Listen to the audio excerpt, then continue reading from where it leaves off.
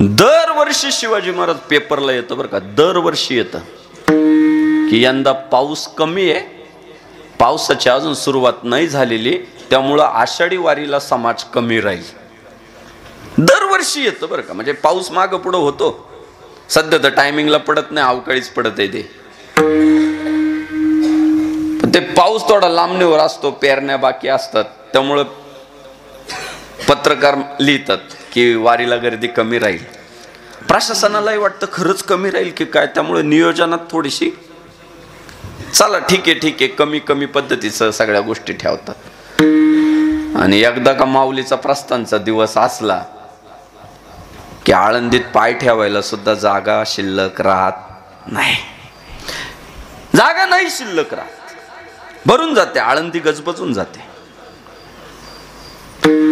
मागच्या महिन्यात मी कोल्हापूरला कीर्तनाला होतो. एक 55 वर्षाची माऊली माझ्याकडे आली, मला म्हणाली, महाराज लई दिवसांची इच्छा आहे हो की आळंदी पंढरपूरची पायवारी करायची, पण रस्ताच माहित नाही. काय म्हटली? रस्ताच माहित नाही. म्हटलं माऊली तू आषाढी वारीला आहे ना, माऊलीच्या प्रस्थानच्या दिवशी फक्त आळंदीत ये आणि दुसऱ्या दिवशी 6 वाजता फक्त रोडवर उभी राह, लोक ढकलीत ढकलीत पंढरपुरापर्यंत नेते. रस्ता माहित असायची गरजच नाही. लोटत लोटत माणसं नेतील. आज एवढी गर्दी, मुंग्यांसारखी माणसं वारकरी संप्रदायामध्ये प्रविष्ट झाली. 700 वर्षाच्या कालखंडामध्ये या महाराष्ट्रात पाय रोवण्याचे अनेकांनी प्रयत्न केले. कारण संतांनी सांगितलं, पोटासाठी संत झाले कलित बहुत. पोटाची खळगी भागवण्यासाठी संतत्वाचा आव आणणारे काही उद्योग व्यावसायिक माणसं की ज्यांना वाटलं या महाराष्ट्राच्या मातीत कृषी चांगली आहे, उद्योग व्यवसाय चांगले, इथं पैसा भरपूर आहे, इथं जर आपला भक्त परिवार वाढला तर मग मात्र आपल्या पिढ्यानुपिढ्यांची सोय होईल, या अपेक्षेने काही लोक आले. त्यांनी शहरांच्या ठिकाणी मोठे मोठे होर्डिंग्स लावले, विकत घेऊन मोठे मोठे होर्डिंग्स लावले, जाहिराती केल्या, शक्ती प्रदर्शन केलं, भारी भारी गाड्यांमधनं उतरले, हेलिकॉप्टरमधनं उतरले, सगळे प्रयोग केले. माणूस जिवंत असेपर्यंत त्याला गर्दी पण खेचता आली, पण तो मेला संप्रदाय संपला. अशी कितीतरी उदाहरण आहे की तो बाबा जिवंत होता तोपर्यंत त्याचे फोटो घरांमध्ये होते, त्याच्या पूजा चालू होत्या, त्याच्या सत्संगाला लोक जात होते. तो बाबा मेला आणि संप्रदाय संपला. आता पुढच्या पिढ्यांना माहीतच नाही कोण होता, माहित नाही. पण पहा तुम्ही, एकही होर्डिंग वारकरी संप्रदाय विकत घेत नाही की बा आता वारी जवळ आली, जालन्यात एक लावू, परतूरला एक लावू, सेलू एक लावून टाकू होर्डिंग, की बा आता वारी येणार आहे तुम्ही तिकडे पंढरपूरला या बुवा. एकही होर्डिंग लावत नाही. तरी बिना निमंत्रणाची, बिना आमंत्रणाची माणसं आळंदीमध्ये दाखल होतात. आजाच्या गळ्यातली माळ पोराच्या गळ्यात येते आणि पोराच्या गळ्यातली माळ नातवा अभिमानानं गळ्यात मिरवतात. कंठी मिरवा तुळशी, व्रत करा एकादशी, अभिमानानं मिरवतात गळ्यामध्ये तुळशीच्या माळा. पुढच्या पिढीकडे ते जातो, पोचत, टिकू नये, पाय रोवू नये. अनेक आले गेले, पण हा वारकरी संप्रदाय मात्र थांबत नाही. हा पुढं पुढं पुढं पुढं पुढं एक एक एक पाऊल टाकतच चाललाय. महाराष्ट्रातला धर्म जर कोणी टिकावला तर तो वारकरी संप्रदायाने टिकावला. कारण काय झालं माहितीये का, मधल्या काळामध्ये ना आपली लोक बिघडल्यासारखी करायला लागली होती. म्हणजे कशी माहितीये का, धर्मनिरपेक्षता, म्हणजे धर्म वगैरे काही नसतो, सगळं सारखंच असतं, सर्व धर्म समभाव. आणि त्या धर्मनिरपेक्षतेच्या नादापायी आपली अनेक लोक नास्तिक झाली होती. नास्तिक म्हणजे काय? देवाचं अस्तित्व मान्य न करणे आणि मनमानी करणे. उदाहरणार्थ घरातल्या देवांची पूजा न करणे, व्रत वैकल्य न करणे, कपाळाला टिळा न लावणे, गळ्यात तुळशीच्या माळा न घालणे, धर्माबद्दल अभिमान न बाळगणे, याला तर नास्तिक म्हणतात. आणि अशी झाली होती लोक मधल्या काळात. आता आमची तरुण पिढी धर्मजागरणामुळं, वारकरी संप्रदायाच्या संदेशामुळं पुन्हा जागी झाली. आज पुन्हा हिंदुस्थानामध्ये हिंदुत्वाचं वारं मोठ्या प्रमाणात वाहत आहे. नास्तिक लोक त्याच्यात वाहून पण जायला लागले, जाणारच ती वाहून. कारण राम रावणाच्या युद्धात नेहमी विजय रामाचाच होतो, रावणाचा कधीच होत नाही.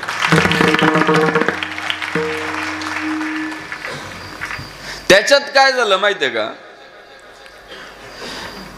लंकेतल्या काही लोकांना कळालं की विजय रामाचा होणार आहे, आपण मूर्खपणा करण्यात मजा नाही, आपण रामाचे भक्त होऊ. उदाहरणार्थ बिभीषण सख्खा भाऊ आहे रावणाचा, पण त्याला कळालं माझा भाऊ अधर्मी आहे, माझा भाऊ खोटारडा आहे, माझा भाऊ अहंकारी आहे, त्याचा विजय होऊ शकत नाही. मला धर्मनिष्ठ असणाऱ्या एक वचनी, एक पत्नी, एक बाणी, मर्यादा पुरुषोत्तम प्रभू श्री रामचंद्रांमध्ये सहभागी व्हावा लागल. ते झालं बिचार. आणि ते झाल्याचा परिणाम काय झाला तुम्हाला सांगतो. ते बिभीषण रामचंद्र प्रभूंना मिळालं. रामचंद्र प्रभूंनी रावणाचा वध केला आणि सोन्याची लंका ट्रॉलीमध्ये भरून अयोध्येत नाही घेऊन गेले. हो, त्या सोन्याच्या लंकेचा मालक बिभीषण केला. याला राम म्हणतात. की माझं भांडण धनासाठी नव्हतं, संपत्तीसाठी नव्हतं, राज्यासाठी नव्हतं, माझं भांडण धर्मासाठी होतं. अधर्मी रावण मारला आणि धर्मी बिभीषण तिथं गादीवर बसावला. भक्ता राखे पायापाशी आणि दुर्जनाशी संवारी. बिभीषणाला राजा केला भगवान श्री रामचंद्रांनी. सावध झालं, ते वेळीच जाग झालं. एक दिवस रावणाला सुद्धा मंदोदरी म्हटली की तुम्हाला सीता सोडून दुसरं काही सुचतच नाही. सीता सीता सीता सीता माझी झाली पाहिजे, सीतेने मला मान्य केलं पाहिजे. तुम्ही मायावी आहात म्हटले. तुम्ही रावण होऊन तिच्या समोर जातात, ती तुम्हाला नकार देते, ती तुम्हाला स्वीकारत नाही. तुम्ही मायावी आहात, तुम्हाला पाहिजे तो अवतार घेता येतो. मग तुम्ही एक काम करा ना धनी म्हटली. काय? तुम्ही राम होऊन जा ना तिच्याकडं. रावण म्हटला अगं येडे, तो तर प्रॉब्लेम आहे ना, तोच तर प्रॉब्लेम आहे म्हटला. मला रामाचा अवतार घेता येतो, मी सीतेपुढे रामाचा अवतार घेऊन जाऊ शकतो, पण एकदा का मी रामाचा अवतार घेतला की मला परस्त्रीमध्ये माता दिसते, माता. तोच माझा प्रॉब्लेम आहे. म्हणजे रावण सुद्धा जर राम झाला असता तर कदाचित तो सुद्धा तारला असता, पण रावणाला सद्बुद्धी झालीच नाही. रावणाने अहंकार टाकलाच नाही. आणि मी सध्या माझ्या तरुण भावंडांना सांगतोय, बाबा ज्याला ज्याला पश्चाताप झालाय ना आता, की जाऊ द्या आजपर्यंत आपण काही बोललो, राम मंदिराच्या विरोधात बोललो, रामाच्या विरोधात बोललो, धर्माच्या विरोधात बोललो, हिंदूंची कधी बाजू घेतली नाही, पण जाऊ द्या आपल्याकडून चूक झाली, आता आपण प्रायश्चित्त केलं पाहिजे, आपण सुद्धा भगवा झेंडा हातात घेतला पाहिजे आणि जय श्रीरामचा नारा केला पाहिजे. असा पश्चाताप ज्यांना झाला, असा पश्चाताप ज्यांना झाला आणि जे सध्या हिंदू धर्माच्या बाजूने उभे राहिले ना, माझी सगळ्या समाजाला विनंती आहे, त्या सगळ्यांना स्वीकारा. का? त्यांनी प्रायश्चित्त केला, त्यांना पश्चाताप झाला. कधी का होईना ते योग्य रस्त्यावर आले ना, मग आले ना योग्य रस्त्यावर, मग आपलेचे, मग आपलेचे. बिभीषण जर रामाचा होऊ शकतो तर आजपर्यंत हिंदुत्वाला विरोध करणारा जर प्रायश्चित्त करून पश्चाताप करून भगवा झेंडा हातात घेत असेल आणि जय श्रीरामचा नारा देत असेल आणि गावागावात जाऊन अयोध्येवरनं आलेल्या अक्षता वाटत असेल तर तो आपलाच आहे. आणि राहिला रावणांचा विषय की ज्यांना अजूनही सद्बुद्धी व्हायना, की ज्यांना अजून कळाना का बाबा या देशातला हिंदू एकवटला, या देशात आता ठरलंय भारत का बच्चा बच्चा जय जय श्री राम बोलेगा, या देशात आता ठरलंय जो हिंदू हित की बात करेगा वही देश पे राज करेगा. एवढं नारा जोरात सुरू असताना सुद्धा जे रावण आहेत ते काही अहंकार टाकायला तयार नाही. त्यांचा किडा वळवळ करीतोच आणि तो वळवळ केला किडा की मग ते म्हणतात राम मांसाहार करायचा, राम हे खायचा, राम ते खायचा. तुम्हाला सांगतो त्यांचा किडा किती पण वळवळ करू द्या, राम मूर्तीची प्राण प्रतिष्ठापना हिंदुस्थानात धूमधडाक्यातच होणार आहे. त्या रावणाला किती वळवळ करू द्या, किती स्टेटमेंट द्याऊ द्या, किती जाहीर बोलू द्या की राम हे खायचा, राम ते खायचा, राम आमचा आहे. अरे पूर्वी तूच म्हणायचा रामच काल्पनिक आहे. मग चल 2023 मध्ये राम आहे हे तर मान्य केलं, राम आहे हे तर तू मान्य केलं. अजून थांब, अजून थांब, अजून थांब, मरेपर्यंत तुला जय श्रीराम सुद्धा म्हणायला लावू. हे रावण आहे ना, यांचा अहंकार जरी जागेवर येत नसेल, यांना सद्बुद्धी जरी होत नसेल, तरी तुम्हाला सांगतो आपण खचायचं नाही. मला अनेक आज फोन आले दिवसभरामध्ये, काय लोक, अरे मग आपल्या देशाची एक अडचण अशी महाराज, आपल्या धर्माला विरोध आहे ना शक्यतो परधर्मीय लोक 3दा विचार करतात, कारण त्यांना माहिती आहे यांच्या नादी लागलं ते कार्यक्रम वाजवतात. त्यांना माहिती आहे की सिंहाच्या जबड्यात घालीन हात मोजीन दात ही जात मर्द मराठ्याची आहे. ते शक्यतो आहे ना लय विचारपूर्वक बोलतात हिंदू धर्माच्या बाबतीत. हिंदू धर्माला जर कीड कोणाची आहे तर आपलेच जे गांडू आहे ना, आपल्यातले जे फितूर झालेले, कुणाचं तरी मन जिंकायचंय, कुणाला तरी बरं वाटेल असं बोलायचंय आणि उगीच आपल्यातच तेढ निर्माण करून द्यायचे, असे फितूर झालेले जे लोक आहे ना त्यांचा आपल्याला जास्त धोका आहे. पण सांगू का तुम्हाला, फितुरांची संख्या जवळजवळ संपल्यात जमा आहे. एखादं किती वळवळ करून किती करील, किती वळवळ करून किती करील, 22 तारखेपर्यंत किती वळवळ करील. अहो किती करू द्या, परिणाम काहीच होणार नाही. परिणाम एकच होईल, आता जो रामाच्या विरोधात बोलल ना, परिणाम एकच होईल, हिंदुस्थानाला महाराष्ट्राला कळल रामाचा कोण आहे रावणाचा कोण आहे. हे जे आता वादग्रस्त जे स्टेटमेंट येत आहे ना सध्या महाराष्ट्रात, आता जे मीडिया बघतात, जे वाचतात, जे किमान टच मध्ये, ज्यांना घराबरोबर देशाची काहीतरी काळजी आहे, अशांना माझं बोलणं कळल, बाकीच्यांनी ऐका. हे वादग्रस्त विषय आपल्याला उलट सावध करतील. जेवढे लोक आता 22 तारखेपर्यंत वादग्रस्त बोलतील ना, ते आपल्याला सावध करताय की तुम्ही आयुष्यात कधीच आम्हाला मतदान करू नका.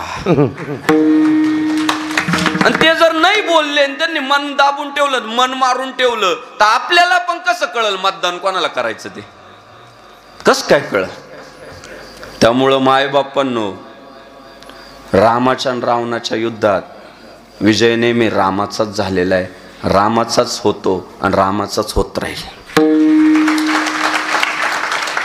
आणि वारकरी संप्रदाय जो ह्या मातीत पाय रोवून उभा राहिला, थांबत नाही, पुढं चाललाय. त्याचं कारण काय माहिती? मी म्हणालो ना की एखादा येतो, त्याचे फोटो घराघरीमध्ये लागतात, लोक त्याच्या पूजा करतात, जिवंत असेपर्यंत, मेला की त्याचा विषय संपला. पण वारकरी संप्रदाय का टिकून आहे माहितीये? वारकरी संप्रदायाचं एक वैशिष्ट्य आहे, वारकरी संप्रदायामधला कोणताच संत म्हटला नाही माझे फोटो घरामध्ये लावा, माझे चरित्र सांगा आणि मी देवे, असा वारकरी संप्रदायातील कोणताच संत म्हटला नाही. वारकरी संप्रदायातील संत म्हटले, या रे नाचू प्रेमानंदे राम नामाचे छंदे. ज्ञानेश्वर महाराजांना म्हणता आलं असतं, या रे नाचू प्रेमानंदे ज्ञानेश्वराच्या छंदे. तुकाराम महाराजांना म्हणता आलं असतं, या रे नाचू प्रेमानंदे तुकारामाच्या छंदे. नाही, कोणताच संत, तुम्हाला कोणताच संत स्वतःचा बडेजाव करताना दिसणार नाही. वारकरी संप्रदाय असा आहे, याने रामाचा जय जयकार केला, रामाच्या छंदात नाचला. गायनाचे उडे आपुलिया छंदे मनाचा आनंदे. आवडीने मनाचा आनंदे.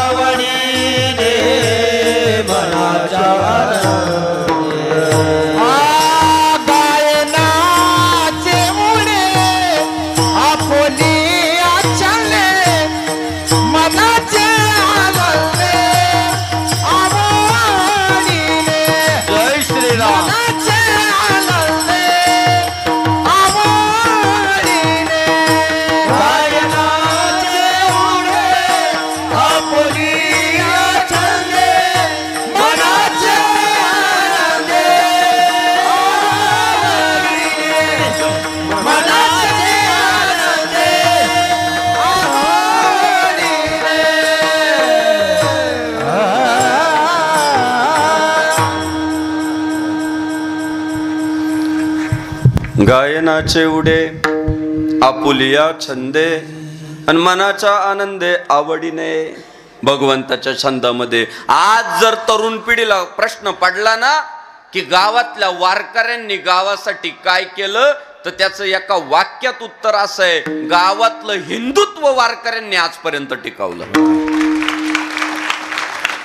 अरे कपाळावरचा टिळा टिकवला वारकऱ्यांनी, मुखातला जय श्रीराम टिकवला वारकऱ्यांनी, आणि हिंदू धर्माचा भगवा पण टिकवला वारकऱ्यांनी.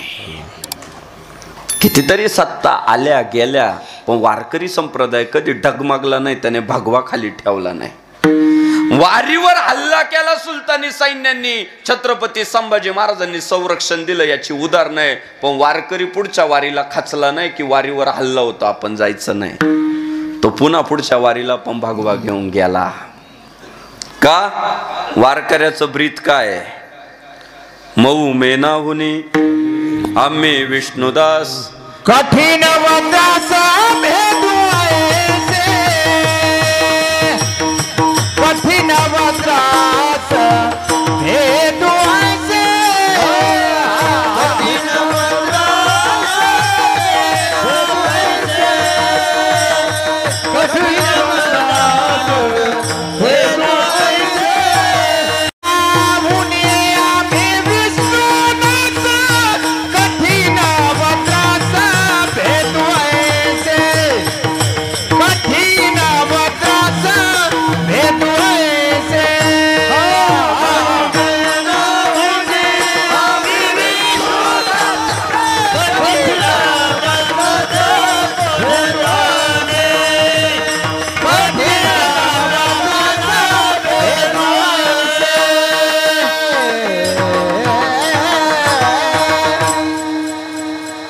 कोणाला म्हणायचं वारकरी? शपूट घालून पळणारा वारकरी कधीच असू शकत नाही. वारकरी चाल पाहिजे, वारकरी नडणारा पाहिजे. मऊ मेनाहुनी आम्ही विष्णुदास. कोणासाठी मऊ? जे प्रेमाने येतील, राम राम म्हणतील, त्यांच्यासाठी मऊ. पण कठीण वज्र असं भेदुआयसे. कठीण किती? तो वज्राला भेदून पुढे जाऊ इतके कठीण, इतका कट्टर पाहिजे बरं वारकरी. आज अनेक वारकऱ्यांचा प्रॉब्लेम असा झालाय, स्वतः रात्रंदिवस भजन करणार, पण धर्माच्या विरोधात कोण बोललं तर गप्प बसणार मुख गिळून. आपल्याला काय करायचंय, आपण हरी हरी करावा. तुकाराम महाराजांनी कधीच हे शिकवलं नाही, कधीच नाही शिकवलं तुकाराम महाराजांनी. तुकाराम महाराज म्हटले, भले तरी देऊ कासेची लंगोटी. हा भले भलेपणा असलंच पाहिजे, मोठेपणा असलंच पाहिजे, अंतःकरण उदार पाहिजे, प्रेमळ पाहिजे, विनम्र पाहिजे. की एखादा आलं प्रेमात ना, काही नाही जवळ राहिलं तर त्याला अंडरपॅन्ट देऊन टाकायची, जाय बाबा मी भोंगळा राहतो. मग काय आता काही राहिलंच नाही शिल्लक, जाय घेऊन, हाय तेवढं घेऊन जाय. पण देव देश धर्माच्या विरोधात जर कोण कारवाया करायला लागलं तर त्याच्या डोक्यात सुद्धा काठी हाणतो, त्याला वारकरी म्हणतात. वारकरी कसा असला पाहिजे? वारकरी तुकाराम महाराजांसारखा असला पाहिजे, वारकरी बंडा तात्या कराडकरांसारखा असला पाहिजे, आणि वारकरी नरेंद्रभाई मोदींसारखा असला पाहिजे. धर्मनिष्ठ असला पाहिजे, तो अधर्मावर घाला घालणारा पाहिजे. आज आपल्या समाजात प्रॉब्लेम असा झालाय महाराज, आपली लोक नीट वागतात पण आपल्यातले जे वाईट असतात ना त्यांना धडा शिकवत नाही. माझी आज तरुणांना विनंती आहे, पोरांनो व्यक्त व्हा रे. आपल्या धर्माच्या विरोधात, आपल्या देवाच्या विरोधात जेव्हा एखादा बोलतो ना तेव्हा धपाधप निषेधाचे स्टेटस पडले पाहिजे व्हॉट्सअपला, फेसबुकला. आपण आपल्याला काय घेणं देणं नाही. अरे तुमच्याकडे आज व्यक्त व्हायला माध्यम दिलेलं आहे रे. तुमचं स्टेटस किती नाही म्हटलं तरी 5-50 पोरं पाहतात. आज महाराष्ट्राच्या मातीत बेधडकपणे देशात बातमी लागली, देशात गेली का नाही महाराष्ट्राची इज्जत.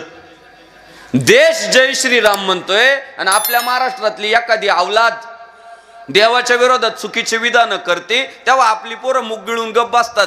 जाऊ द्या ना धप्पाधप स्टेटस, जाहीर निषेध म्हणून वचक बसल.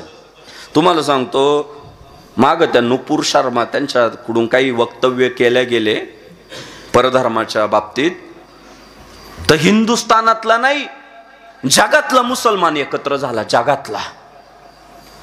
आणि जगातल्या मुसलमानांनी भारताला पत्र पाठवले की तुम्ही त्या नुपूर शर्माला समजून सांगा, तिच्यावर कारवाई करा, ती आमच्या धर्माच्या बाबतीत असं बोलली.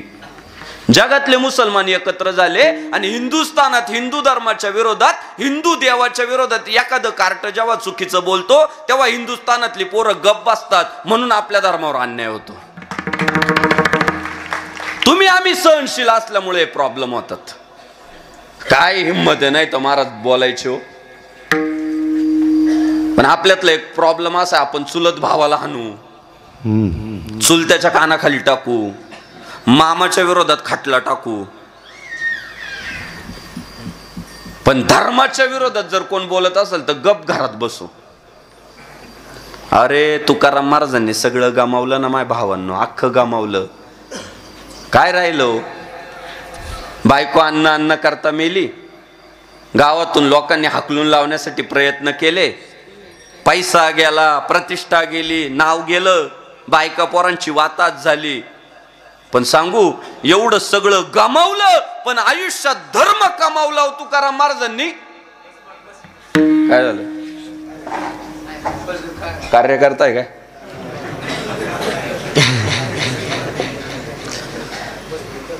सगळं गमावलं.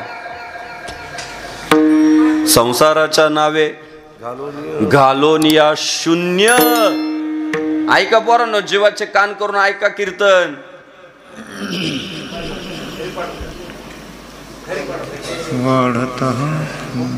त्याला शनिवारी मारुती पुढे घ्या,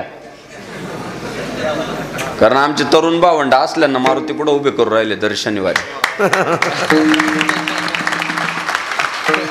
पुढच्या शनिवारी त्याला करा उभा, राहिलं तर राहिलं, नाही तर जाईल. काय त्याचा विषय? देवाचं नाही ऐकलं तर मग काय करणार?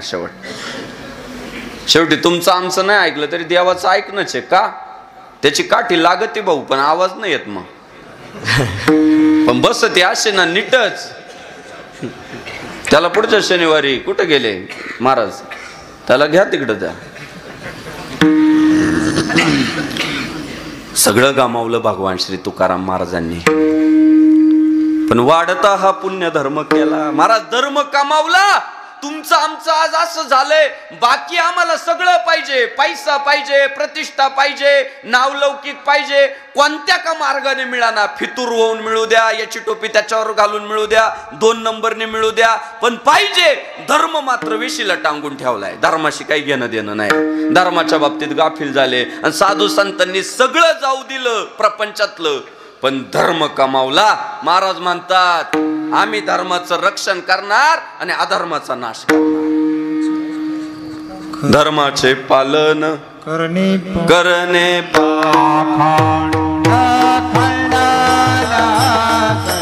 करणे पाखांड धर्माचे पालन करणे पाखंड खंडन पाखंड खंडन करणे पाखंड खंडन धर्माचे पालन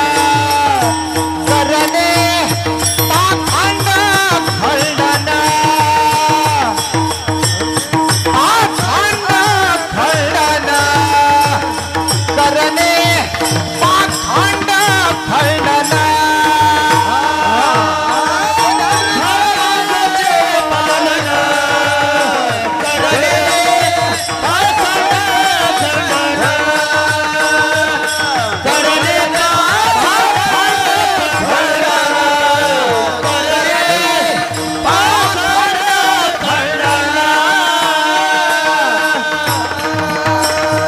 करणे जय श्रीराम. काय बोलतात तुकाराम महाराज? धर्माचे पालन करणे पाखंड खंडन हेचे आम्हा करणे काम बीज वाढवावे नाम. महाराज त्या धर्माच्या पालनापायी त्रास झाला ना, बायका पोरांची वाताच झाली, गावकऱ्यांनी त्रास दिला, विरोधक तयार झाले, पण महाराज माग नाही सरकले. आज मी माझ्या तरुण बावंडांना सांगतो, समाजातले काही माणसं बलात्कार करून आत जातात, भ्रष्टाचार करून आत जातात आणि पुन्हा बाहेर आल्यावर प्रचंड बहुमतांनी निवडून येतात. मग धर्माच्या रक्षणासाठी माझ्या एखाद्या तरुण भावावर जर एखादी केस दाखल झाली ना, खचून जायचं कारण नाहीये. पुढच्या पिढ्यानुपिढ्या सांगतील आमचा बाप बलात्कार करून भ्रष्टाचार करून आत नाही गेला, आमचा बाप हिंदुत्वासाठी आत गेला होता. अभिमानानं सांगतील पुढच्या पिढ्या. सध्या मराठा आरक्षणाच्या बीडमध्ये पोरांवर गुन्हे दाखल झाले. ती पोरांचे मला फोन आले, महाराज आम्हाला फोन येतात, लय त्रास होतोय, घरी जात आहे. अरे होईल म्हटलं त्रास, 4 महिने होईल, 5 महिने होईल, वर्षभर होईल, पण जेव्हा आरक्षणाचा प्रश्न मार्गी लागल ना, तेव्हा मनोज जरांगे पाटील जितका महत्वाचा राहील महाराष्ट्रासाठी, तितकेच जेवढ्या पोरांवर गुन्हे दाखल झाले ते पोरं पण महत्वाचे राहतील. पिढ्यानुपिढ्या सांगतील. जसे 1992 ला जी पोरं बाबरी मस्जिदीवर चढली होती, मस्जिद दगडादोंड्यांनी पाडली ना, आज पुढच्या पिढ्या सांगतात आमचं म्हातारं कारसेवक होतं, आमचा आजा कारसेवक होता, आमचा चुलता कारसेवक होता. उद्या आरक्षणाचा प्रश्न मार्गी लागल्यावर त्याच बीड मधल्या पुढच्या पिढ्या सांगतील की आमच्या बापाने केस अंगावर घेतली होती तेव्हा आरक्षण मिळालं. तो आपला इतिहास आहे हो. आपला इतिहास आपल्याला काय शिकवतो? 100 वर्ष कोल्ह होऊन लांडगा होऊन जगण्यापेक्षा 25च वर्ष वाघ होऊन जगायचं. काय शिकवतं आमचा धर्म? अनेक माणसं जन्माला येतात, 100 क्रॉस करतात, पण मागं वळून पाहिलं की भोपळा आहे. धर्मवीर छत्रपती संभाजी महाराजांना 30-32 वर्षाचं फक्त आयुष्य लाभलं. मला आजही ऐकल्यानंतर आश्चर्य वाटतंय. 120 लढायांपैकी एकही लढाया न हारलेला महापराक्रमी राजा, संस्कृतवर प्रभुत्व असणारा राजा, आणि संभाजी 1000 बार जिएगा 1000 बार मरेगा लेकिन हिंदुत्व नहीं छोड़ेगा, ये बोलणारा राजा. काय आयुष्य, किती थोडं आयुष्य. मी मागच्या एका कीर्तनात म्हणालो, संभाजी महाराजांना 30-32 वर्षाचं आयुष्य लाभलं तरी महाराष्ट्रातलं हिंदुत्व टिकवलं. तो राजा जर 100 वर्ष जगला असता ना, त्याने जगभर भगवानीला असता, जगभर. तेवढा ताकद संभाजी राजांमध्ये होती. आपली पोरं लढली पाहिजे, आपली पोरं झुंजली पाहिजे ना, आपली पोरं अन्यायाच्या विरुद्ध आहे ना जाहीरपणे आणि सपोर्ट केला पाहिजे. नाही तर आपल्या एखाद्याने, आता समजा आज एखादा रामचंद्र प्रभूंच्या विरोधात बोलला, आपल्या एखाद्याने लगेच जाहीर निषेध म्हणून स्टेटस टाकलं ना, त्याला रिप्लाय द्या ना, आम्ही तुझ्या सोबत आहे. रिप्लाय काय देतं माहितीये का? गुन्हा दाखल होईल बरं का. त्याचं कच्चीकरण करायचं, त्याला सपोर्ट करा, ठीक आहे आम्ही तुमच्या सोबत आहे, आम्ही आहे. त्याला लगेच चुकीचे रिप्लाय नाही द्यायचे, डिलीट करून टाक. आपल्याला काय करायचंय? या प्रवृत्तीमुळे देश पारतंत्र्यात गेला. आपली माणसं लवकर निषेध कुठल्या गोष्टीचा करत नाही, आपल्या मस्तीत राहतात. माझी गाडी, माझी माडीन, माझ्या बायकोची गोल गोल साडी, त्याच्यात व्यस्त राहतात. आणि बायको पण हिसकावून घेतली जाते. माडी पण हिसकावून घेतली जाते आणि गाडी पण हिसकावून घेतली जाते आणि आपला माणूस रस्त्यावर येतो. कारण फक्त एकच, योग्य वेळी धर्माच्या बाजूने उभं राहायला पाहिजे होतं, राहता आलं नाही म्हणून. मला लोक आज म्हणतात, महाराज तुमचं एवढं भारी चाललंय, तुम्हाला एवढं पाकिट लोक देता, कशाला तुम्ही धर्माच्या बाजूने बोलून हे असे तसे वक्तव्य करून कशाला अडचणीत येतात? गोड गोड बोलायचं, पाकिट घ्यायचं, निघून जायचं. मी त्याला सांगतो, मी गोड गोड बोलून पाकिट घेऊन निघून जाईल रे. मला माहिती आहे आज कीर्तन चालू आहे, पुढचे 50 वर्ष कीर्तन चालूच राहणार आहे. पण मी आज एवढा जाहीरपणे प्रखरपणे जे बोलतोय ना, ते कशासाठी माहिती आहे? चंद्र सूर्य असेपर्यंत कीर्तन चालू राहावे म्हणून. म्हणून मी आजचा विचार नाही करत, मी चंद्र सूर्य असेपर्यंतचा विचार करतो. आणि आपल्या पाठीमाग देव रे, आपला धर्म इतका भारी आहे ना, त्यांनी फक्त तुम्हाला लढायला लावले आणि जबाबदारी देवानी घेतलेली आहे. तुम्हाला फक्त काय सांगितलंय? तुम्ही लढत राहा रे, तुम्ही काळजी करू नका, सनातन आहे, याला आधी अंत नाहीये, हा सनातन आहे, चिरंतन आहे. तुम्हाला फक्त तुमची कर्तव्य पार पाडायची, जबाबदार राहायचंय. बाकी यदा यदा हि धर्मस्य ग्लानिर्भवति भारत अभ्युत्थानम अधर्मस्य तदात्मानं सृजाम्यहम परित्राणाय साधूनां विनाशाय च दुष्कृतां धर्म संस्थापनार्थाय संभवामि युगे युगे. देवाने सांगितलंय, पोरांनो तुम्ही लढा. तुम्ही जेव्हा कमी पडाल तेव्हा रामचंद्र प्रभू येणार आहे. तुम्ही जेव्हा कमी पडाल तेव्हा भगवान कृष्ण येणार आहे. आणि तुम्ही जेव्हा कमी पडाल तेव्हा छत्रपती शिवाजी महाराज पण येणार आहे. मग एवढा विश्वास जर आपल्या संस्कृतीने, आपल्या धर्माने आपल्याला जर दिलाय, तर आपल्याला माघार घ्यायची गरज काय? फक्त पुढे चालत राहायचंय कॉन्फिडंटली, आत्मविश्वासाने. भगवंत प्रत्येक वेळी अवतार जर घेत आलाय तर पुढेही घेत राहील ना. मला गॅरंटी आहे, ज्या दिवशी संग्राम बापू अडचणीत येईल ना, त्यावेळी कुठला राजकारणी नेता मदत करेल किंवा नाही करेल, कुठल्या गावातला कार्यकर्ता मदत करेल किंवा नाही करेल, पण माझा पांडुरंग माझ्या पाठीशी उभा राहील याची खात्री आहे. शेवटी तो भक्ताला सांभाळणार आहे ना. आपली माणसं फितूर होतात, साधू संतांनी महाराज काय नाही, तुकाराम महाराजांनी सगळं काय, शेवट किती गोड झाला बघा ना. इतके हाल झाले पण भगवंताचं भजन सोडलं नाही, धर्माशी तडजोड केली नाही. शेवटी आनंदाने सांगितलं माझा शेवट गोड झाला आणि तेवढ्यासाठीच मी 8 तास केला होता. शेवटचा दिसा गोड झाला, शेवटचा दिसा गोड झाला, शेवटचा दिसा गोड झाला, शेवटचा दिसा गोड झाला.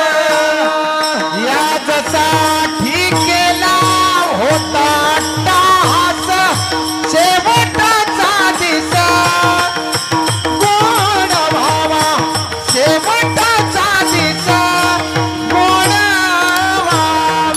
यासाठी केला होता अट्टहास, शेवटचा दिसा गोड व्हावा, शेवटचा दिसा गोड व्हावा.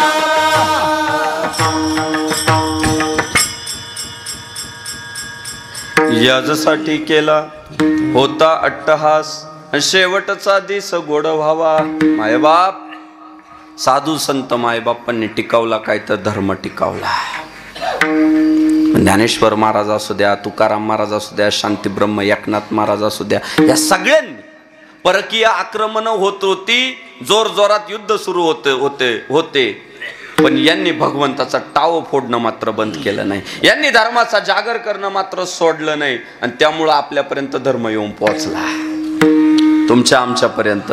मायबाप, साधू संत मायबापांनी आणि आपल्या सगळ्यांचे जे हाल आजपर्यंत झाले, ते साधू संतांना साथ न दिल्यामुळेच झाले, त्यांचं न ऐकल्यामुळेच झाले. तुमचं आमची पद्धत काय? मार्ग दावुनी गेले आधी दयानिधी संत ते, आणि तेनेचे पंथे चालू जाता न पडे गुंता कोठे काही. जर साधू संत मायबापांनी आम्हाला धर्माचं पालन करायला लावलं आणि आपण न ऐकल्यामुळं अडचण काय झाली तुम्हाला सांगतो. जहाँ डाल डाल पर सोने की चिड़िया करती है बसेरा, ओ भारत देश है मेरा. की या देशातून सोन्याचा धूर निघत होता, पण आज आपल्या काही चुकांमुळं, आपल्या पूर्वजांच्या चुकामुळं आज भारतात पोरं म्हणतात रोजगार नाहीये, पोरं म्हणतात शेतीत काही नाही. महाराज आम्हाला काहीतरी कामधंदा बघा, उद्योग व्यवसाय बघा. हे दिवस का आले माहितीये? हा देश परकीयांनी लुटला. कुणी आक्रमण नाही केलं हो या देशावर. एक आहे का? पोर्तुगीज आले राज्य केलं, डच आले राज्य केलं, मुघलांनी तर इतके अत्याचार या देशावर केले, इथले मंदिर उद्ध्वस्त केले, इथल्या गायींच्या कत्तली केल्या, इथं प्रचंड मोठ्या प्रमाणात धर्मांतरण घडवून आणलं. त्यांनी केलेले धर्मांतरण, त्याचे त्रास आजही देश भोगतोय. मोठ्या प्रमाणात अन्याय अत्याचार केले मुघल इथं. बरं मला सांगा, इंग्रज भाऊ जीवाचे कान करून ऐका, मसाल्याचा व्यापार करायचा म्हणून या देशात आले. मला तर सचिनराव कधी कधी लाज वाटते, असं वाटतं गाडीवर लिहावा मागच्या बाजूने इतिहास मत पूछो. इतका लाजीरवान आहे. अरे आज आमची पोरं इतकी सावध झाली, गावात एखादं पाव विकायला आलं ना, पोरं नीट निरकून पाहतात पावच विकायला आलंय का लवजियात करायला आलंय. भांगारवाला आलं ना, पोरं नीट पाहतात भांगारच विकायला आलंय का जमिनीवर कब्जा करायला आलंय. पोरं आज सावध झाली. माझा प्रश्न असा आहे, मसाल्याचा व्यापार करायला आलेली माणसं इथं राजवट प्रस्थापित करून बसतात, आपले खापर पंजोबा करीत काय होते? झोपले होते का काय? तर त्याचं उत्तर एवढंच आहे, कमी काहीच नाही आपल्या रक्तात. महाराज हिंदुस्थानी माणूस असा आहे, बुद्धीच्या बाबतीत पण मस्त आहे, ताकदीच्या बाबतीत पण मस्त आहे. बुद्धी आहे, ताकद आहे, संपन्नता आहे, सगळं आहे. फक्त याचा प्रॉब्लेम एवढा आहे, हा संघटित होत नाही. इंग्रजांना विचारलं, तुम्ही 150 वर्ष या देशावर राज्य कसं काय केलं? त्या इंग्रज अधिकाऱ्याने उत्तर दिलं, आम्ही काहीच नाही म्हटले, फोडा आणि राज्य करा, एवढंच तंत्र अवलंबलं. जो भाऊ आमच्यात सहभागी झाला त्याच्या हातात बंदूक दिली, आणि जो भाऊ आमच्या विरोधात गेला बंदूक घेऊन, जो विरोधात गेला त्याच्यावर त्याच्याच भावाला बंदूक घेऊन उभा केला. भाऊ भावाच्या विरोधात आम्ही उभे केले, जाती जातीच्या विरोधात उभ्या केल्या, जाती जातींमध्ये भांडणं लावली, भावा भावांमध्ये भांडणं लावली. जे आमच्यात आले त्यांना आमच्यात घेतलं, त्यांना नोकर म्हणून ठेवलं, आणि राजवट आम्ही केली. आपल्या आपल्यात भांडणं लावले आणि त्यांनी राजवट प्रस्थापित केली, आणि बस तोच कलंक आहे महाराज, बाकी काहीच नाही. इंग्रज जेव्हा राज्य करीत होते ना, तेव्हा आमच्यातली लोक म्हणत होते चुलत भावाची जिरवायची आहे, मामाला कोर्टात खेचायचं आहे, बायकोला घटस्फोट द्यायचा आहे. आपल्या आपल्यात झुंजत राहिली, आणि परिणाम परकीयांनी आपल्या पोळ्या भाजून घेतल्या. 400 वर्षापूर्वी जगद्गुरु तुकाराम महाराजांच्या लक्षात आलं की हा माणूस जर संघटित झाला नाही, एकत्र आला नाही, तर अधर्म कुठेतरी तर राज्य करून जातो आणि ह्या देशाची वाताहत होते. हा दूरदृष्टिकोन ठेवून तुकाराम महाराजांनी 400 वर्षापूर्वी एक अभंग केला, ते पहिलं चरण. एक एका साहेबा एक एका साहेबा एक एका साहेबा एक एका साहेबा एक एका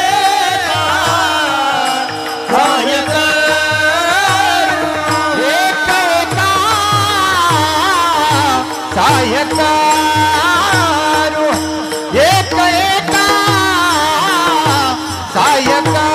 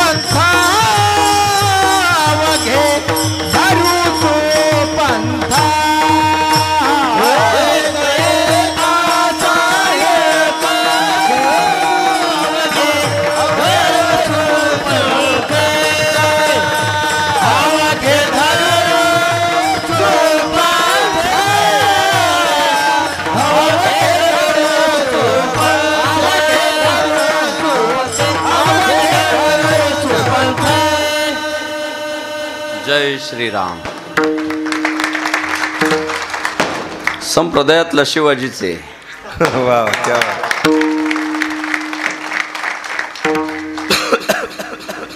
प्रज्ञासूर्य पृथ्वीराज महाराजांनी कौतुक करावा.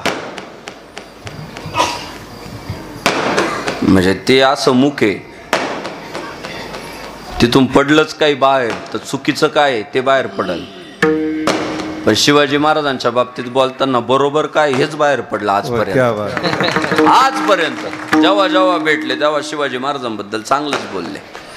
तर बाबांना उनिवा पटकन दिसतात.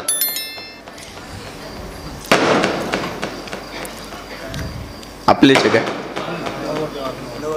नवरदेवाला मला वाटलं पहिलं चरण झालं वाचतात का.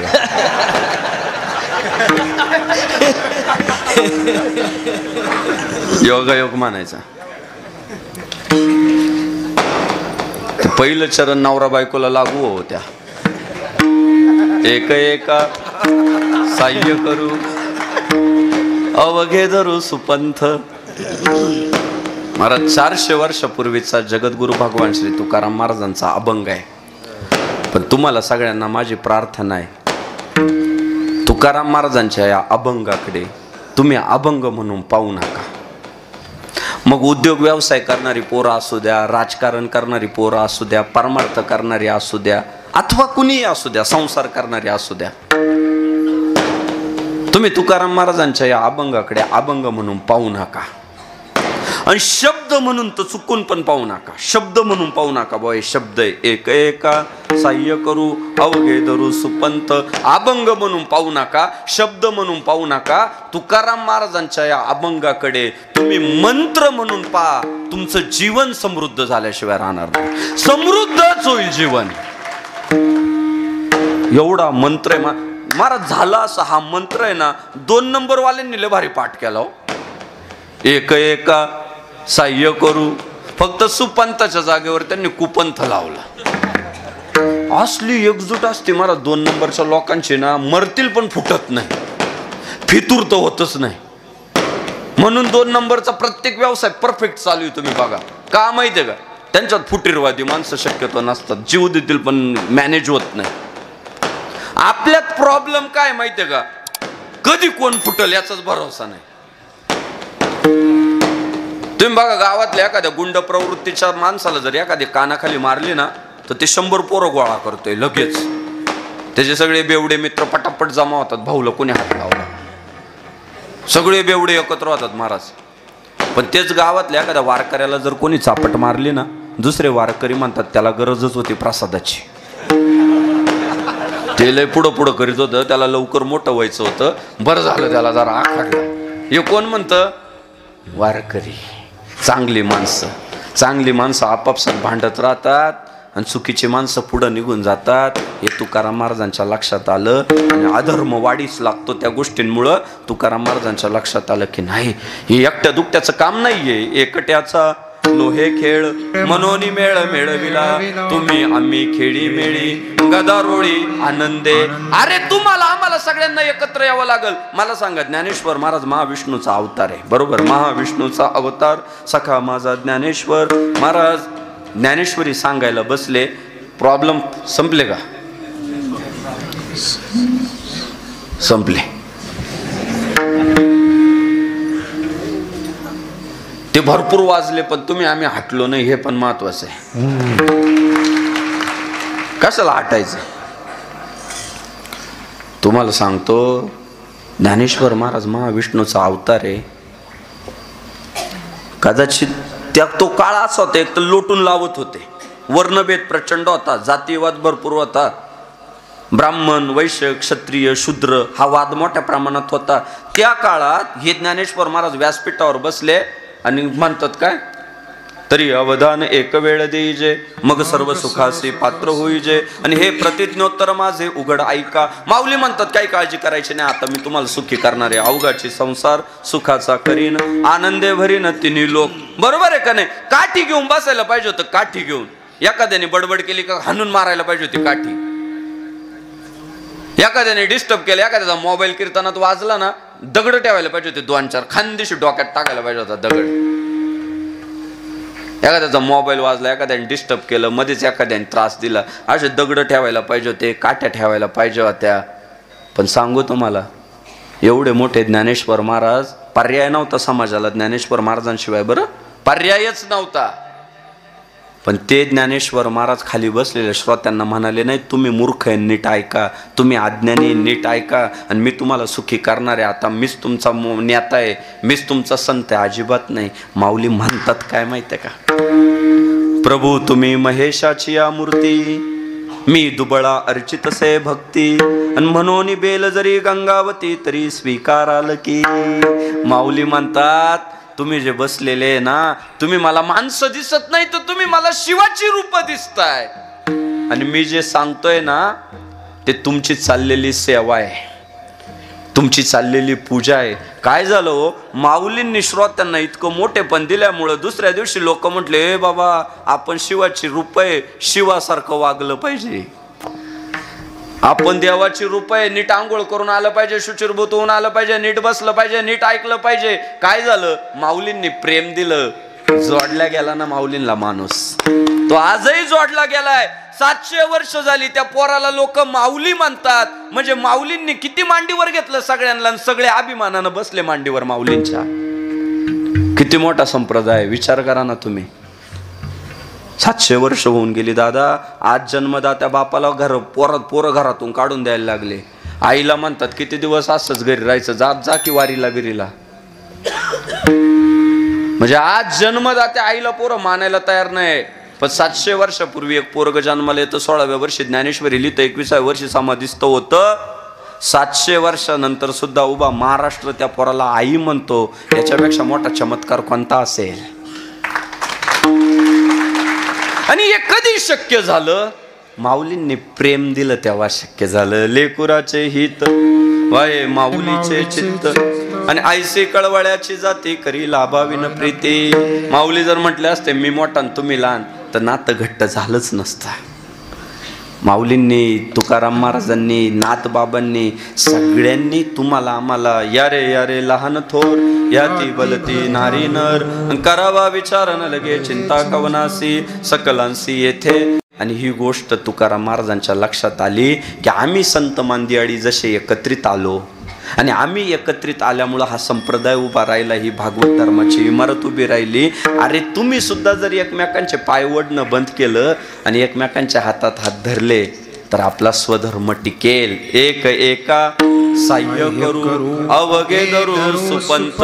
म्हणून आज आपल्याला जर गावातलं हिंदुत्व टिकवायचं असेल, तर माझा पहिला मंत्र असा आहे, उद्यापासून हिंदूने हिंदूला विरोध करायचा नाही.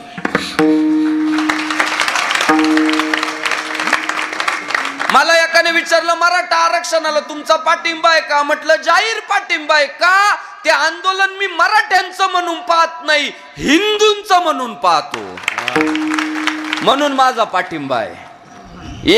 एक वज्रमुठ बांधायची, हिंदूने हिंदूला विरोध करायचा नाही. रामाने काय शिकवलंय तुम्हाला, आम्हाला काय शिकवलंय? काय शिकवलं माहित आहे? भावाचं ते भावाचंच, पण माझं सुद्धा भावाचं. काय शिकवलं? राम प्रभू म्हटले भारताचं भारतालाच राहू द्या, पण माझं सुद्धा भारताला. भरत म्हणतो नाही मी तुमच्या पादुका ठेवणार, हे तुमचं आहे माझं नाही. भावा भावांचे भांडणं कशावर नाही? गादीवर तू बस तू बस तू बस यावर नाही. म्हणजे आपली संस्कृती आपल्याला हे शिकवते की बाळा, तुझ्या ताटात जर अर्धी भाकर असेल आणि अतिथी आला, तर तुझ्या घरात जर शिल्लक राहिलं नसेल, तर त्या अर्ध्या भाकरीतली जेवढी काही वाटे होईल ते पुढच्याला दिलं पाहिजे. याला संस्कृती म्हणतात. ही संस्कृती आपली. आपल्यातलं भावाला द्यायचं, पाहुण्याला द्यायचं, ही जर आपली संस्कृती असेल, तर हिंदू जर आपापसात भांडत राहिले तर हिंदुत्व टिकणार नाही. आणि अनेक धूर्त लोकांची सध्या तीच चाल आहे की यांच्यात जातीत कशी भांडणं लावता येतील, ही सगळ्यांची चाल सुरू आहे. आणि त्या चालीला आपण पुरून उरलो पाहिजे प्रबोधनाच्या माध्यमातून. मी जे आज कीर्तनातनं बोलतोय ना, ते उद्या तुम्ही कट्ट्यावर बसून बोला. तुमचे जे मित्र आहे ना, ज्यांनी तुम्हाला सध्या ब्लॉक केलंय, तुमच्याशी बोलती नाही, तुम्ही आले का निघून जातात, त्यांना जवळ घेऊन बोला की या सगळ्या चाली सुरू आहेत, आपल्या आपल्यात भांडणं लावायची कामं सुरू आहेत. इथून पुढे एक वज्रमुठ गावात बांधली गेली पाहिजे. ब्राह्मण, मराठा, वंजारी, सुतार, धनगर, कुंभार, माळी, चांभार, तेली म्हणून विभागल्या जायचं नाही, तर हिंदू म्हणून एकत्र यायचं. अहो, हिंदू हृदय सम्राट बाळासाहेब ठाकरे तेव्हा म्हणाले होते, गर्व से कहो हम हिंदू है. तेव्हा त्यांची अपेक्षा होती की माणसं मराठा म्हणून पुढे येऊ नये, माणसं ब्राह्मण म्हणून पुढे येऊ नये, माणसं माळी म्हणून पुढे येऊ नये, माणसं धनगर सुतार म्हणून पुढे येऊ नये, तर माणसं हिंदू म्हणून पुढे यावे. आणि जर आपण हिंदू म्हणून एकत्रित राहिलो इथून पुढच्या काळात, तर आपण टिकणार आहे. लक्षात ठेवा, हिंदूने हिंदूला विरोध करायचा नाही, हिंदूने हिंदूला मदतच करायची. आणि हिंदू जर हिंदूला विरोध करेल तर परधर्मीय इथं राजवट प्रस्थापित करतील. आज मला सातोना गावाचं कौतुक यासाठी वाटतं, सप्ताहाला तर 315 वर्ष पूर्ण झालेच. ती तर अभिमानानं अशी लिहून ठेवावी अशी गोष्ट आहे. 315 वर्ष पूर्ण झाले सप्ताहाला. पण 18 पगड जातीतील तरुण एकत्रित येऊन गावातील भगवान श्री मारुतीरायाचं मंदिर भव्य अशा स्वरूपाचं उभं करायचंय, या संकल्पासाठी झटतोय. ही गावासाठी अत्यंत अभिमानाची बाब.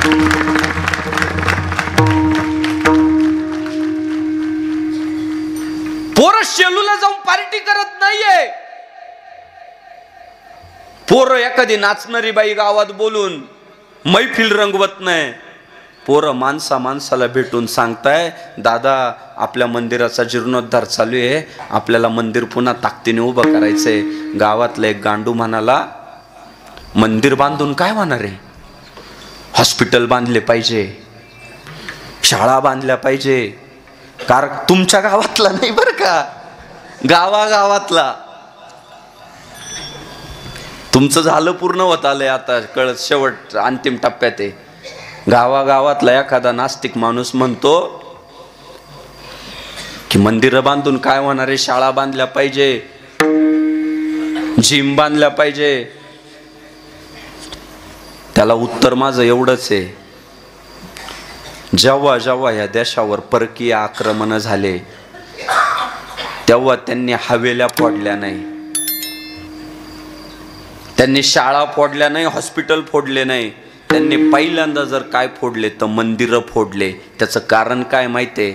त्या सगळ्या परकीय आक्रमणकर्त्यांना माहीत होतं की मंदिर फोडलं की गावातला धर्म संपतो, आणि धर्म संपला की राजवट प्रस्थापित करता येते. सगळ्यांनी पहिल्यांदा धर्म संपवण्यासाठी प्रयत्न केला, कारण आपल्या शास्त्राचं सिद्धांत असा आहे, यतो धर्मस्ततो जयः. अहो, गावात आल्याबरोबर जर डुलदार आकाशाला गवस निघालणारे मंदिरांचे कळस दिसले ना, लोक समजून घेतात हे हिंदूंचं गाव आहे. गावात आल्याबरोबर मंदिरांचे कळस दिसले पाहिजे. आणि माझ्या तरुण भावंडांच्या ही गोष्ट लक्षात आली. सगळी पोरं एकत्रित आली. मारुतीरायाचं महाराज एवढं भव्य मंदिर होतंय गावामध्ये की जिल्हाभरातनं माणसं मंदिर पाहायला येणार आहे, एवढं भव्य मंदिर होत आहे. आणि सांगू तुम्हाला, गावाला पार्श्वभूमी एवढी भारी आहे महाराज. गावात मी आलो गणेश गुरुजी तर दगडी बांधकाम आहे, दगडी बांधकाम आहे गावात. आणि सांगू, त्या काळच्या बांधकामाला शोभल असं मंदिर आपल्या पूर्वजांनी बांधलं होतं. आता हे पडायला आलेली घर बंगल्यामध्ये रूपांतरित व्हावं असं वाटत असेल ना, तर आधी देवाचं देऊळ पूर्ण करा. सगळ्यांचे बंगले पुढच्या 5 वर्षात तयार असतील. आपल्या धर्मानं सांगितलंय की कळसापेक्षा घर उंच असू नये, मंदिराच्या कळसापेक्षा स्वतःचं घर उंच असू नये. मग घर उंच बांधायचं नाही का? बांधायचंच, घर उंचच बांधायचं, पण अगोदर मंदिराचा कळस घरापेक्षा उंच करायचा आणि मग घर उंच बांधायचं. आणि आज माझे तरुण भावंड त्यासाठी झटताय, राबताय. तुम्ही एवढा प्रतिसाद देताय, सामान्य रोजानी जाणारा माणूस सुद्धा म्हणतोय मला मंदिरासाठी द्यायचंय. आज आमचे गणेश गुरुजी टाके आळंदीत राहतात, सप्ताहपुरते गावात येतात. पण त्यांना जेव्हा कळालं, तरुण पोरांनी संकल्प केलाय ते ब्राह्मणाच्या घरी सत्यनारायण घालावं तसा प्रकार केला. आम्हाला घ्यायची सवय असते. या बाबांनी मन भरून पोरांना वर्गणी देऊन टाकली. जा म्हटले माझी सुद्धा वर्गणी तुमच्यात जमा करा. मला अभिमान वाटला की गावासाठी गावाचा भूमिपुत्र म्हणून महाराजांनी अनेक लोक मला पोरांनी सांगितलं की जे 10 म्हटले होते ते 20 द्यायला तयार आहे, जे 20 म्हटले होते ते आता 25 द्यायला तयार आहे. आणि माऊलींनी सांगितलंय दादांनो, माऊली म्हणाले तपे विन दैवत आणि तिथल्या विन प्राप्त. माझा एक मित्र आहे दादा. हो गुरुजी खरं सांगतो बरं का, आता योगेश महाराज खरं सांगतो, माझा एक मित्र आहे लय अडचणीत होता, लय अडचणीत. म्हटलं बापू लय कर्ज झालं राव, कसं बाहेर यावा काहीतरी सांगा. म्हटलं आता खिशात किती पैसे? म्हटलं 10,000 आहे. म्हटलं एक काम कर ना, त्या 10,000तले 1,000 दान करून टाक. तो म्हणाला ओ बापू आधीच कर्ज झाले, सध्या 10,000 माझ्यासाठी 10 कोटी इतके. 10,000 म्हणजे तुम्हाला शुल्लक असतील, माझ्यासाठी 10 कोटी आहे. त्यातले 1,000 दिले ना माझी चिंता वाढल, कमी नाही. म्हटलं विश्वास आहे ना तुझा? 10,000तले 1,000 देऊन बघ म्हटलं, धर्मासाठी खर्च कर. 10,000तले 1,000 दे बरं का त्याला. म्हटलं 1,000 दे. त्या पोराने 10,000तले 1,000 माझं ऐकून दान केले. पुढच्या 2च वर्षात मला फोन करून म्हणतोय बापू अडचण असली तर सांगा बरं का, पैसे पडू नये. काय झालं? दिल्याने वाढलेलंच आहे. कर्माचा सिद्धांत आहे, पेराल ते उगवणार आहे. ही जी लोक असतात गावात, कीर्तनकाराचं सौजन्य आम्हाला द्या, पंगत आम्हालाच द्या, मंदिराला वर्गणी आमचीच घ्या, त्यांना ते गणित कळालेलं आहे. तुम्ही अंबानी बघा, टाटा बघा, ही लोक देवधर्माच्या ठिकाणी जातात कोट्यावधी रुपये देतात, त्यांना ते गणित कळालेलं आहे. शक्यतो या गोष्टी कोण सांगत नाही.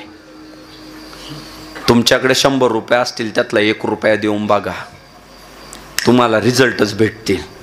आणि तुम्हाला सांगतो दुसरा एक सांगतो, दिलं चांगल्या ठिकाणी तर तुमचं वाढणारच आहे. पण अजून एक प्रॉब्लेम सांगतो, तुम्ही चांगल्या ठिकाणी नाही ना दिलं, दवाखान्यामध्ये घालावं लागतं. परवा गावातली पोरं आहे ना, एकाला सप्ताची वर्गणी मागायला गेले. ते त्याची जरा जमीन वगैरे जास्त आहे म्हणून त्याला म्हटले अण्णा तुम्ही 5,000 द्या ना.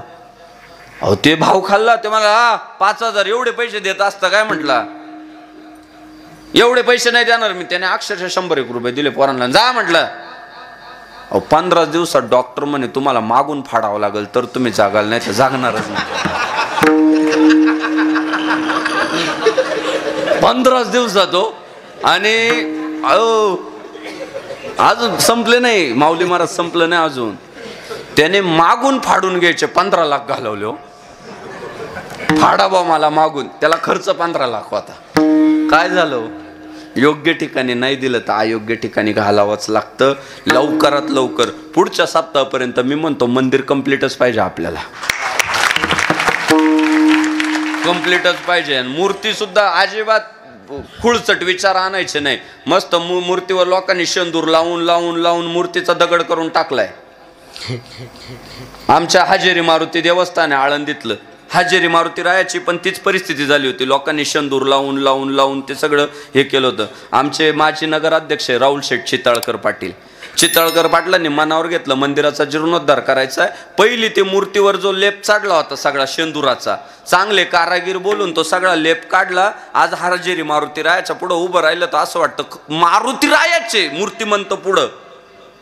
माऊली तिथं हजेरी लावतात, सगळे वारकरी तिथं हजेरी लावतात, सगळी साधू संत आळंदीत आल्यावर हजेरी मारुतीला हजेरी लावतातच.